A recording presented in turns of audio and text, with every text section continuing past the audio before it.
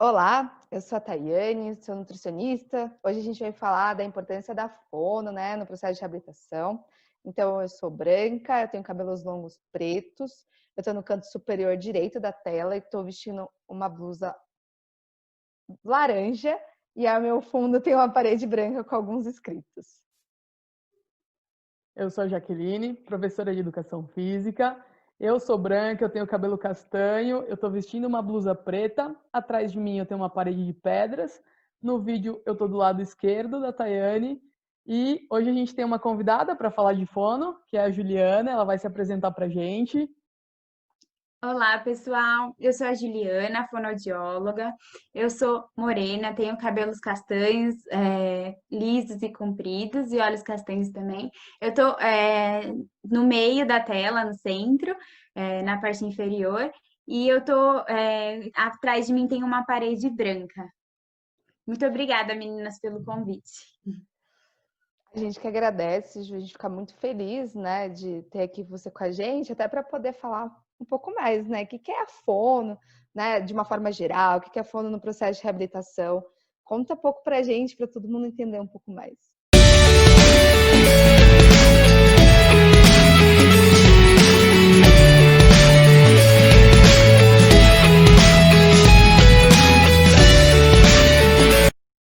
Tá certo. Então, quando surgiu o convite, eu estava pensando, né, porque vocês falaram um pouco sobre a reabilitação, mas antes da gente falar disso, é legal a gente explicar um pouco sobre o que é a fonoaudiologia, que ela é muito ampla. A fono, ela está na vida das pessoas, tanto com alguma patologia ou não, desde da maternidade até o idoso, né? Então, desde do bebê que nasce, precisa fazer uma triagem auditiva para saber da integridade da via auditiva dele, né? Ao processo que ele vai ter a amamentação, se tem alguma dificuldade nesse processo de amamentação, do desenvolvimento da linguagem, da fala, que tem a ver com a nossa comunicação, da voz, então lá daquele adolescente que tem dificuldade de fazer a muda vocal, então é muito amplo, né? E até os pacientes que muitas vezes têm alguma lesão neurológica ou sofrem algum câncer que possa ter impacto em alguns aspectos da sua comunicação ou da sua deglutição, né? Então a fono ela pode ser dividida em algumas áreas, né? A gente tem a área da voz, da fala, da linguagem, da deglutição, da motricidade orofacial, então, e da audição. Então, a gente tem todos esses processos, né? E a gente tem o público adulto e infantil, como eu disse, né?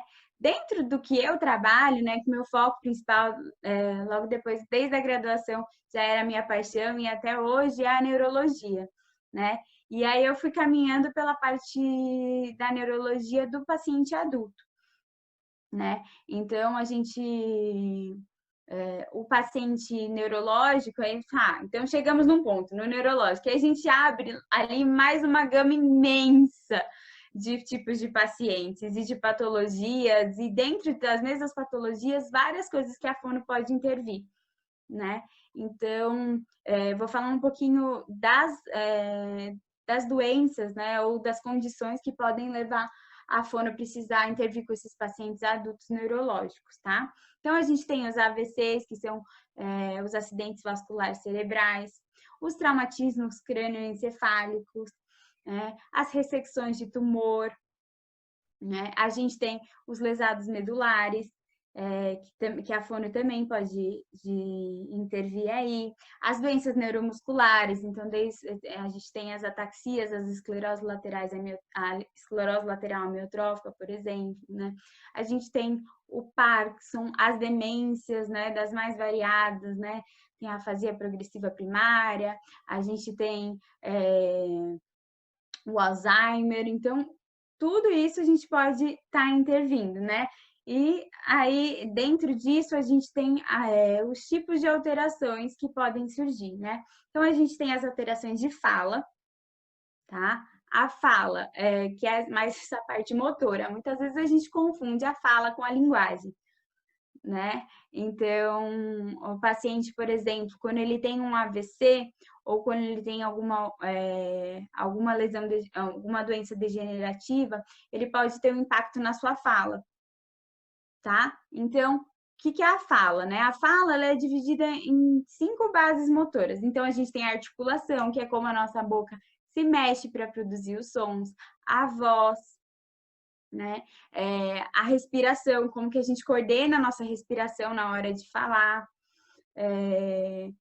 A prosódia, que é como a gente vai fazer toda essa mudança da entonação da voz, para vocês entenderem que eu estou fazendo uma pergunta ou estou afirmando algo. A gente tem também a ressonância, que é se a voz sai mais pelo nariz ou sai mais pela boca. E tudo isso são alterações que podem impactar na nossa comunicação. Então, esses pacientes neurológicos, quando eles têm esses acometimentos neurológicos, a fala pode estar impactada. E aí trazer uma série de complicações, né? Imagina, quando a gente quer conversar, a gente está aqui, vocês estão me entendendo, porque eu estou conseguindo coordenar minha fala, minha voz, minha respiração, o ar está saindo forte o suficiente, minha voz está clara. E se não tiver, vocês me avisam. Então, tudo isso é importante para uma comunicação, né? E aí a gente pode ir para a parte da linguagem. Além de eu estar falando palavras que façam sentido, vocês precisam ter uma linguagem suficiente, né, e que esteja intacta ou minimamente intacta para que vocês possam me entender.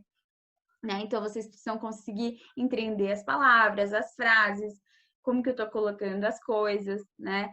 Perceber a minha entonação, se eu estou com uma cara mais séria ou não. Tudo isso faz parte da linguagem da comunicação. E a fono também vai atuar na reabilitação. Normalmente, esses pacientes que cursam com essa alteração de linguagem são os pacientes que sofreram um AVC, o TCE também, as demências também vão cursar com alterações de linguagem, podendo ser as afasias ou os transtornos mais cognitivos, linguísticos cognitivos, né? E a gente, vamos lá, então a gente também tem, então eu falei da fala, da linguagem, e a gente também tem as alterações de deglutição, né? E que aí, nesse sentido, a gente vai trabalhar muito em conjunto com a Nutri também, né? Lá desde o hospital, né? Porque o fonoaudiólogo vai estar também no hospital, no centro de reabilitação, no domicílio, né? Então, o que é a disfagia? Né? É uma alteração de deglutição que pode... É uma alteração em qualquer fase da deglutição, que é o ato de engolir, tá? Então, desde a fase de eu olhar o alimento, identificar esse alimento, ter vontade, quando a minha boca começa a salivar, eu já estou me preparando para o processo de deglutição, né? E essas alterações neurológicas, elas podem alterar essa fase, tanto antecipatória, quanto o preparo oral do alimento na minha boca, ou quando eu preparo o alimento para engolir, ou a fase faríngea, né? E muitas vezes pode cursar com uma alteração esofágica também, que a fono vai tratar, não vai tratar especificamente, né? Então, todas essas questões neurológicas também podem cursar com essa disfagia. E qual o problema de ter disfagia, né? O problema é que, primeiro que incomoda, né? Você tá comendo e tá tossindo, você tá numa mesa, fala, mas a fono não trabalha com comunicação, com sociabilidade, que é algo mais social do que a gente sentar numa mesa, comer e poder comer a consistência, o alimento que quer, né? Isso é muito social, né? Então, isso tem um impacto muito importante nas pessoas que têm essa dificuldade. E outros impactos podem ter impactos clínicos, né? Que é a desnutrição, por exemplo. Ou a gente pode ter os impactos também pulmonares e clínicos, né? Então, pneumonias por repetição, pela broncoaspiração, né? Que vão trazer um impacto clínico muito grande. Aí, de tudo isso que eu falei, eu acho legal a gente pensar também que tudo isso interfere em todas as outras profissões, né? Porque se meu paciente, ele ele não está conseguindo comer bem, ele não está nutrido, ele vai render com o educador físico, ele vai render com o fisioterapeuta, né? Lá na TO, ele vai conseguir fazer as coisas dele. Isso na questão nutricional. Fora se ele não está estável clinicamente, né, da parte pulmonar, ele vai conseguir, né, render nas terapias. E da parte da comunicação, também vai ter um impacto importante, porque a gente depende de ordens, né? Se você quer ir lá no hospital perguntar para ele, seu fulano, o que o senhor quer comer hoje, né? E ele não tá me entendendo, ou você não tá entendendo ele, porque ele vai te responder e você não vai entender o que ele vai falar, né? E aí cai numa coisa também da gente entender se o paciente é uma alteração de linguagem ou de fala. Ele não tá me respondendo direito porque ele não tá me entendendo, porque ele não sabe formular as palavras, ou porque a voz dele tá muito fraca, né? E aí a gente vai auxiliar também. Então, a fono, nesse contexto de reabilitação, ela vai desde avaliar esses pacientes e definir, né, qual que é a alteração fonoaudiológica que está impactando ou a alimentação ou a comunicação em si, né? Vai em conjunto com a equipe médica e de nutrição também definir consistência, as vias de alimentação, né? Isso no âmbito hospitalar. Que eu já tive experiência, hoje em dia não estou atuando mais, mas é muito importante nessa fase aguda também a fono estar ali. E a gente pensa, então a fono no hospital é para disfagia, né? Vamos focar na deglutição. Mas não necessariamente, né? Porque a gente vai melhorar a comunicação desse paciente com a equipe, a gente vai orientar esses familiares que muitas vezes estão muito angustiados para entender o seu familiar, né? Ou eles dizem, ele está entendendo tudo. E não, às vezes não está entendendo tudo, não, entendeu? Ele olha, ele reconhece o familiar, ele fica feliz de ver o familiar, mas aí o familiar vai te contar alguma coisa para ele e ele não entende, porque ele está com uma alteração na linguagem, né? E explicar isso para as pessoas é muito importante. E alguns hospitais, eles vão intervir também já no hospital com uma terapia de linguagem para estimulação, porque a gente sabe que nesses essas questões mais agudas, a intervenção precoce, claro, quando o paciente está estável clinicamente, é muito importante, né?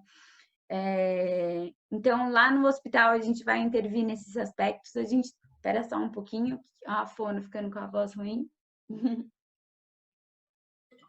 Desculpa.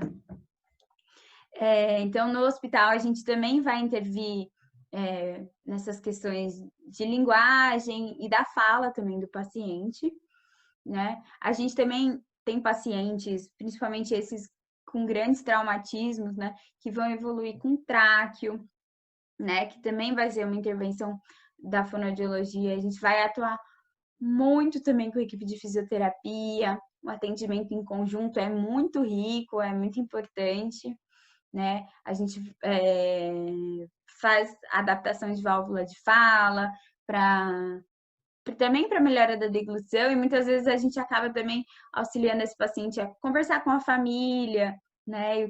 Que traz um prazer muito grande para eles quando eles estão no hospital, né? E aí, saindo do contexto do hospital, a gente vai para a reabilitação, né? Que pode ser tanto em casa, né? Ou no centro de reabilitação, que é uma grande paixão minha, porque lá a gente tem toda uma equipe, né? E a gente pode planejar muito bem essa reabilitação e ir reinserindo esse paciente na sociedade, né? Então, e não só o paciente que veio do hospital de uma internação, né? A gente tem aqueles pacientes que receberam o diagnóstico de Parkinson ou de uma doença, de algumas outras doenças degenerativas, que também vão precisar desse acompanhamento e do manejo da deglutição, da fala, que também é importante, né? E aí a gente pode atuar em todas essas áreas também, e vamos buscando a reabilitação dele. E a gente ajuda a equipe também nessa comunicação, né, auxiliando, explicando a compreensão, melhorando a compreensão desse paciente para ele conseguir um desempenho melhor na terapia, melhorando a comunicação para ele conseguir se expressar na psicologia, né, que é muito importante. A gente também orienta os pacientes, muita orientação. Então, a fono ela vai fazer a terapia, mas a gente precisa estar aí agarrado com a família, né? É uma coisa que a gente não pode. Então o trabalho interdisciplinar é lindo, vamos todo mundo unido, vamos junto. Mas se a família não está junta, de nada adianta, de nada não, mas assim, o mais importante é que ele consiga reproduzir as coisas que são feitas em terapia em casa, né? E que o familiar entenda as questões, né? O que tem que ser feito.